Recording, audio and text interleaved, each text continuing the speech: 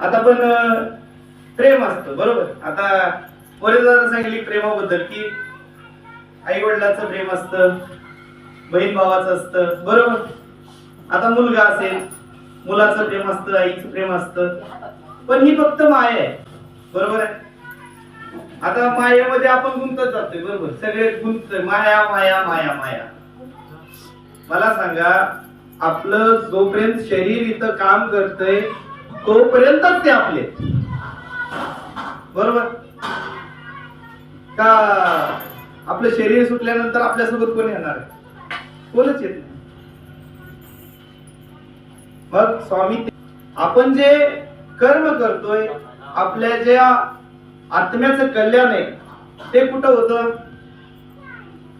आता आपण दरबारात आलो बरोबर. आता धाराशिवचे सगळेच नशिबवान आहेत की दरबार इथं आहे म्हणून, परंतु जिथे दरबार नाही त्यांना दरबाराचं महत्व माहिती आहे.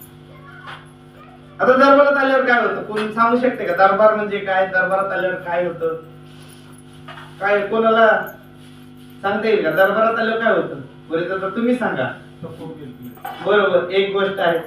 अजून एक मोठी गोष्ट आहे की दरबार म्हणजे काय आणि दरबारात आल्यावर आपल्याला काय प्राप्त होतं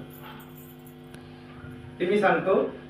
की आपण दरबारात येतो बरोबर.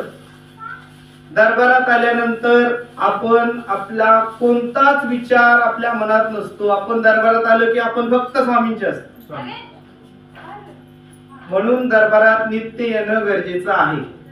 कमीत कमी 1 तास वेळ द्या. आता मोरेदादांनी पण सांगितले की आपण ध्यानाला बसतो बरोबर.